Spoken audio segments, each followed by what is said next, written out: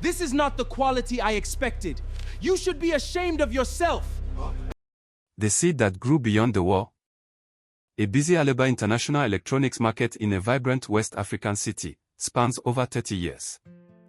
The sun rises hot and golden over the market district, and the first sound you hear is not birds, but the hum of generators and the clatter of crates. This is where Obinna's empire began. Before we continue with this story, welcome to Maya Tales Dairy. Please, we will appreciate if you can subscribe, like and share for others to learn. Thank you. Let's continue our story. He was a man who spoke in loud commands and carried wealth like a heavy cloak. A millionaire electronics dealer, he owned shops stretching across 3 blocks, yet inside his home and his business, there was no warmth. His apprentice was Obi, quiet, hardworking, and always watching. Obi had come from a small village, hungry for knowledge and a better life. He worked from dawn till dusk, learning every wire, every price, every supplier's name, and every customer's preference. But Obinna never saw his worth. To him, Obi was just a pair of hands to use. Move faster, boy. Do you want my goods to spoil?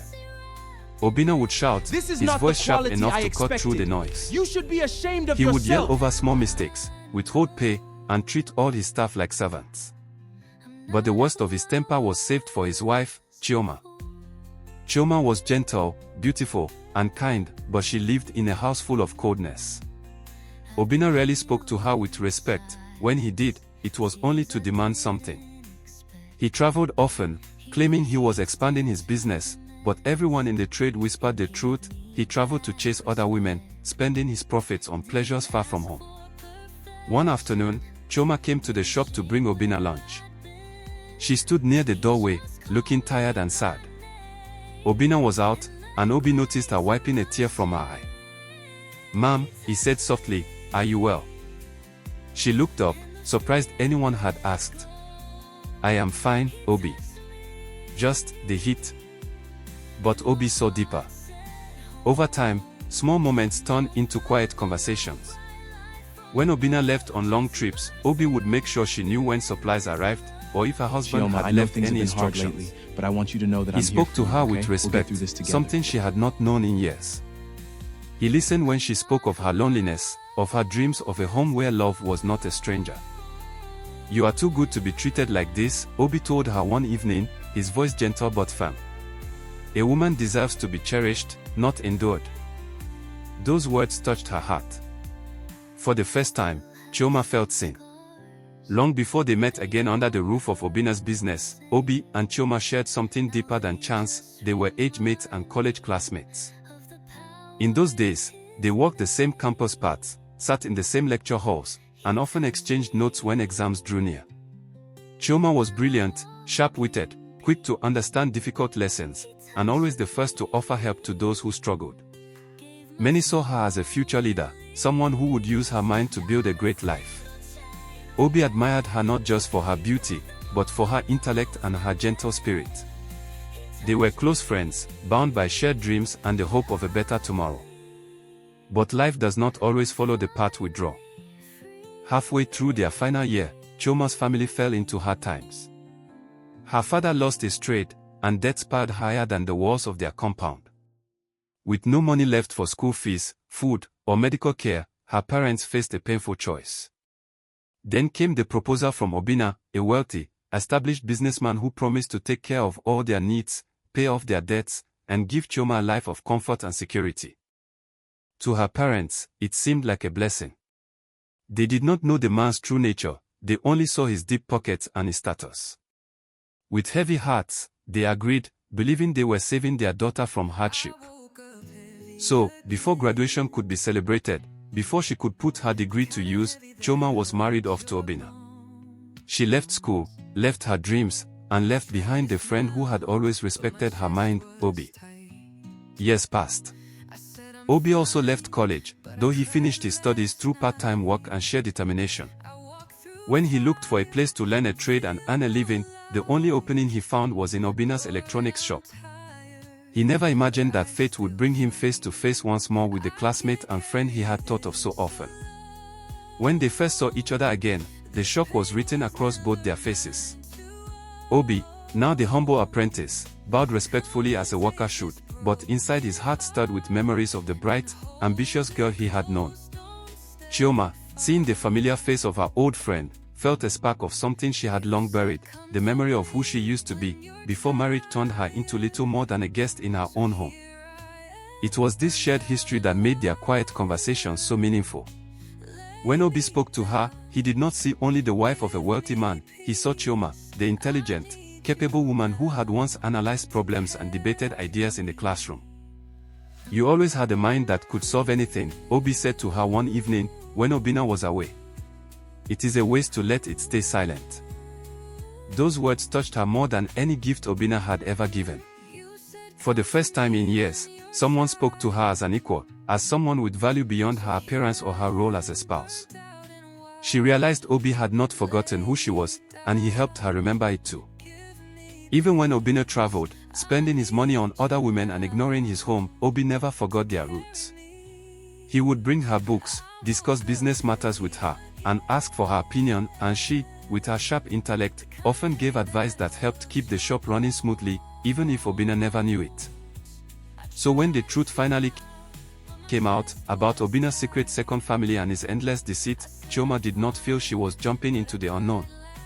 She was choosing to return to what felt Chioma, right, I know things a have been life hard with lately, someone who but knew I her want you to know past, that I'm here for respected you, her okay? We'll get through intelligence, this together. and valued her as a full partner.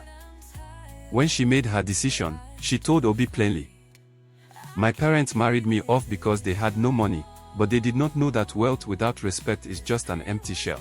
She realized what real care felt like, not money or status, but attention, honesty, and kindness.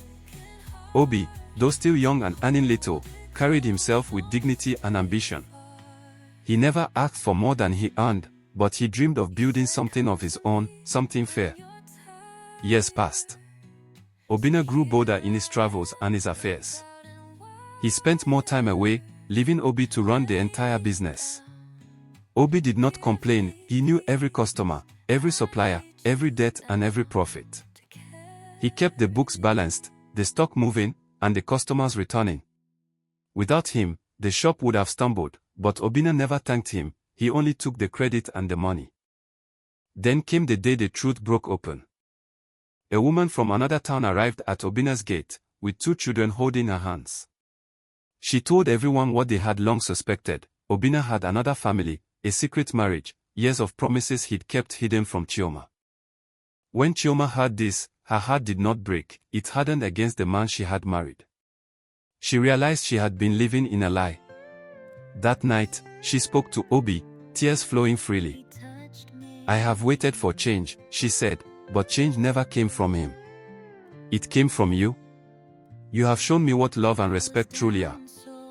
Obi took her hands. "I have loved you from the Chioma, day I I know saw you things have been smile, hard lately, even when but you I had want you no to know reason that I'm to. here for you, okay? We'll get I through have this built together. my knowledge these years, not just to serve, but to one day stand on my own. If you choose me, I promise you a home where you will be queen, not a prisoner." Chioma did not hesitate.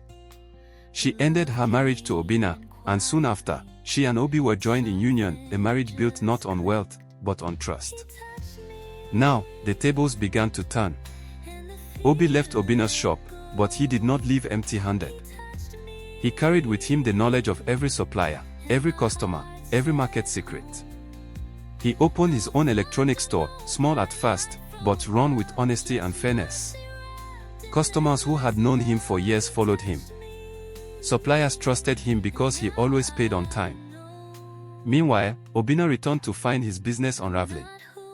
He had never truly run it himself, Obi had been the engine all along. Without him, orders were late, stock was misplaced, customers complained, and suppliers stopped extending credit. His spending habits did not change, and his secret family demanded more money. He tried to bully his new staff as he always had, but they left one by one. Debts piled up. Within 3 years, Obinna's empire crumbled. His shops closed, his assets were sold to pay creditors, and he was left with nothing but regret and loneliness. The 2 women in his life had both walked away, and no one wanted to do business with a man known for dishonesty and cruelty. One evening, Obinna stood outside Obi's new, large store, now a thriving business with branches across the region. Through the glass, he saw Obi, now a respected millionaire, standing beside Chioma. They were laughing, holding hands, looking happy and complete. Obinna lowered his head. He had used people, thinking money was all that mattered, but he had lost the only things that could not be bought: loyalty, love, and a good name. Obi saw him there, and for a moment, he remembered the hard years. But he did not gloat. He walked out, stood face to face with his former boss, and spoke calmly. "Sir, wealth is not what you have in your pocket. It is what you earn in people's hearts.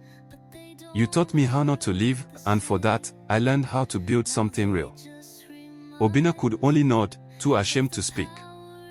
He turned and walked away into the dusk, while inside, the light of success and love shone brighter than any screen or device ever could. In life, the hands that serve well often learn how to build better, and the one who treats others as less than human will one day find themselves standing alone. You have always seen me, not as a burden or a possession, but as Chioma. I choose you now, not just for love, but because you understand who I am.